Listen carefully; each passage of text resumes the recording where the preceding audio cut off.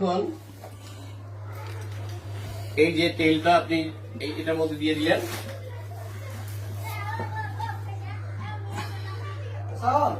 এই হয়ে গেল আপনার জনসনের অলিভ অয়েল।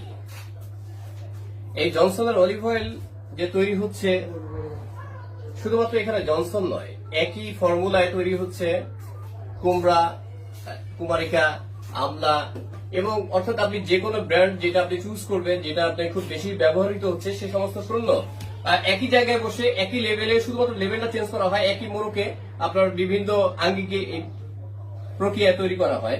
যে আসলে এদের যে শ্রম মেধা, এটা কেন তারা সঠিকভাবে ব্যবহার করছে না, আর কেনই বা প্রশাসন দেখেও না দেখার ভান করছে? তাহলে প্রশাসন এখানে কি ব্যর্থ? এখানে দায়বদ্ধতা আমাদের রয়েছে, আমরা নিজেরাও এটার জন্য দায়ী হচ্ছে এই কারণে, আমরা যারা সংবাদকর্মী, গণমাধ্যমে যারা কাজ করি, আমরা আমাদের অনেকটা সময় পারিপার্শ্বিক অবস্থার কারণেই হোক বা নিজেদের স্বার্থসিদ্ধির জন্যই হোক, আমরা এই কাজগুলি দেখেও দেখি না এবং অনেকটা টেকনিক্যাল ভাবে আমরা এড়িয়ে যাই।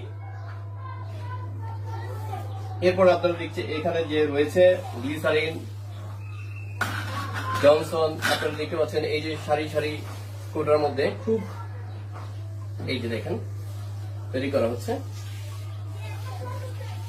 এই যে প্রতিটা জারের বোতল আপনার সয়াবিন তেল দিয়ে এটা বানানো হয়, তাহলে এটার 100 গ্রাম তেলের দাম পড়তেছে আপনার 250 টাকা, আর সেই হিসাবে অলিভ অয়েলের কেজি পড়তেছে আপনার 2500 টাকা।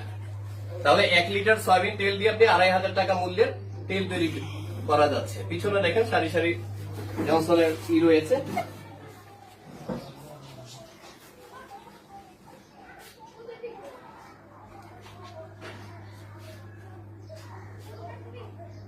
এদিকে দেখো,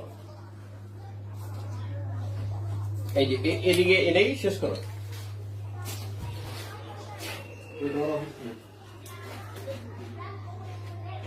মাথায় কিছু রাখো, কারে কি করতে দিলে এটা বলতে কারে করতে দিলে রহিম